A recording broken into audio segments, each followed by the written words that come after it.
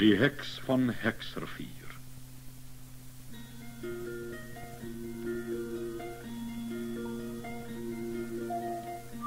In 'n pragtige vallei, tussen die Kaapse See en die dorre Karoo, het 'n lieflike meisie lank gelede gewoon.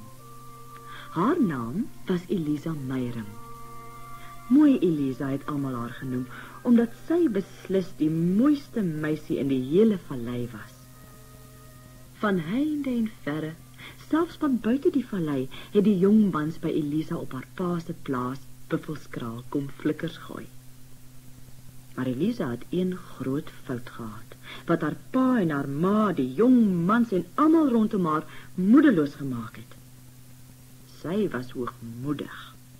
Nie sommer net effens hoogmoedig nie, maar so hoogmoedig, dat daar glad nie met haar huis te hou was nie.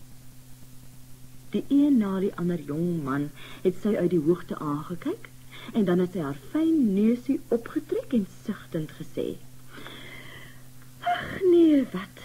Jy's nie goed genoeg nie. As jy vir my die rooi bakkiesblom bring wat op die hoogste, gevaarlikste kraans agter hierdie plaas groei, sal ek weet dat jy my werklik liefhet." Die een van die jong mans was bereid om sy lewe te waag om mooi Elisa se liefde te wen. Maar sy het gesê: "Eendag sal 'n buitengewone man, een wat bo al die ander uitstaan en by wie geen een kan kers vashou nie, my kom haal. Net hy sal my liefde werd wees. Ek wag vir hom." Haar ma en haar pa het begin glo dat geen man ooit aan haar onmoontlike hoë eise voldoen nie. Hulle het haar ernstig gemaan om tog haar onnodige trots te laat staan.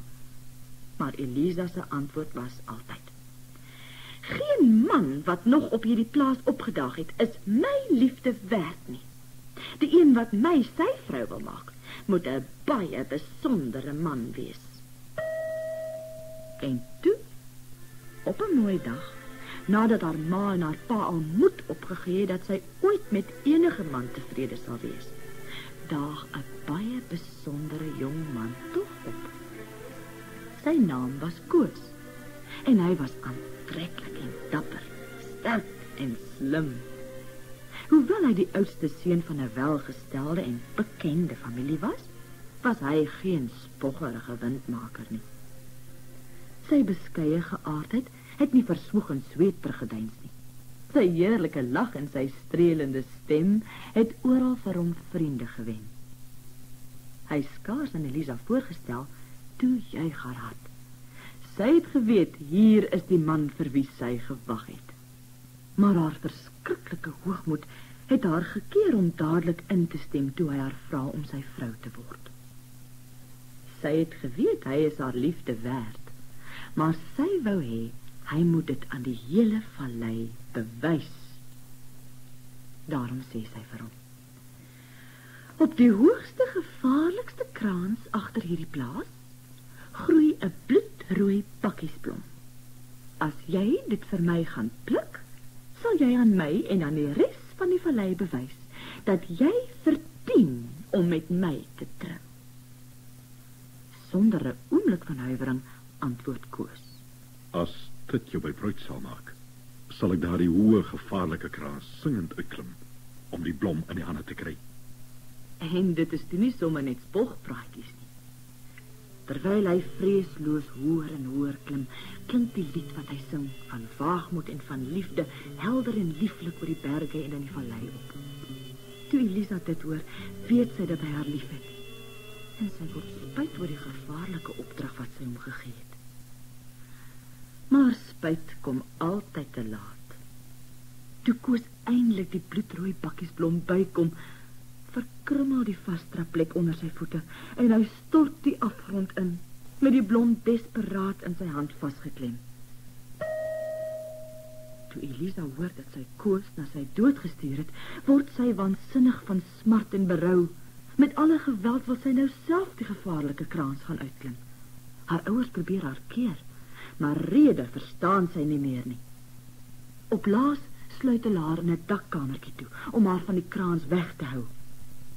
Hier leef sy 'n hele ruk lank in haar waansin. totdat sy op 'n helder maanlignag eindelik daarin slaag om te ontsnap. Besete klim sy die kraans uit, na waar die bloedrooi bakkiesblom gegroei het. En toe die vasdrapplek ook onder haar voete verkrummel, stort sy die afgrond in, met Koos se naam op haar lippe. Maar selfs die dood kon Elisa nie van haar verskriklike berou verlos nie. Elke maanlignag, so vertel die mense van die vallei, soek sy na Koos, om hom om vergifnis te smeek. Jy kan haar skaars sien, want sy's net 'n skim, en skaars hoor, want haar stem is net die sug van die wind. Maar sy is daar. Vandag ken almal haar as die heks, omdat haar hoogmoed haar eie lewe en die lewe van haar geliefde gekos het. En haar vallei, tussen die Kaapse See en die dorre Karoo, word die Heksrivier Vallei genoem.